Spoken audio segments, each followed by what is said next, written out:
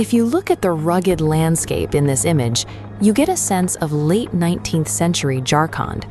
It was an unforgiving environment, but for the indigenous Adivasi tribes, these dense forests and hills were home. They lived in absolute symbiosis with the natural world. But the expanding British Empire saw this land as a commodity.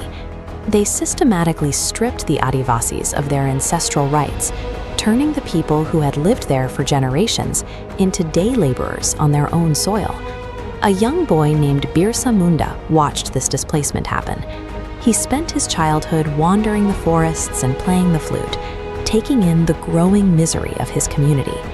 Eventually, he asked his father a dangerous question: why do we not have rights to our own land? His father's answer was quiet and devastating. He told his son that the Adivasi people had no voice, and there was simply no one in power who would ever listen to them. Most people accept that kind of systemic helplessness as reality. For Birsa, that exact realization became a lifelong obsession. If no one was listening, he was going to force the empire to hear them. Inside mission schools like the one pictured here, Birsa studied the gears of the colonial machine. He saw how the British maintained control through registers, laws, and administrative paperwork, tools that functioned as effectively as any rifle.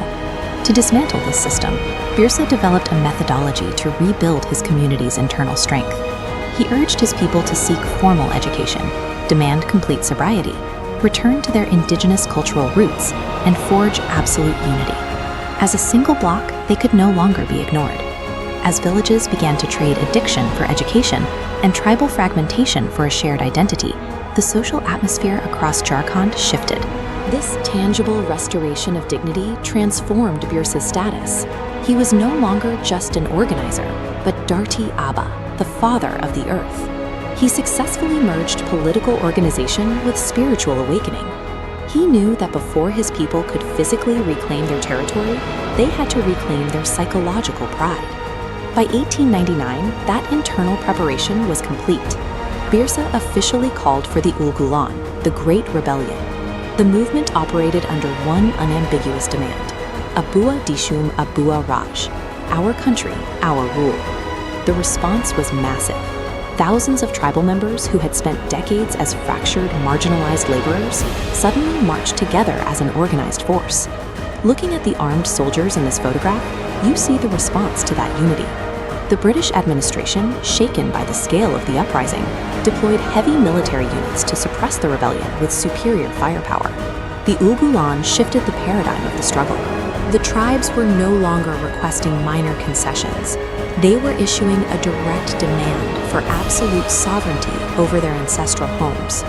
The subsequent battles were fierce, leading to the capture of Birsa and his eventual death in a Ranchi jail on June 9, 1900. He was only 25 years old. So, did the death of a 25-year-old put an end to the movement? No. The force of the uprising compelled the British administration to change course. Shortly after his death, the government passed new, strict laws specifically designed to protect Adivasi land from being seized by outsiders.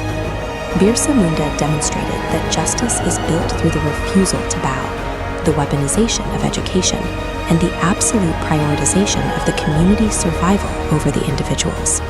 His life provided the blueprint for indigenous resistance across the subcontinent. A lifespan of 25 years is brief, but his legacy proves that impact has nothing to do with longevity. When a struggle is rooted in truth and the rights of a people, that fight echoes through history long after the revolutionary is gone.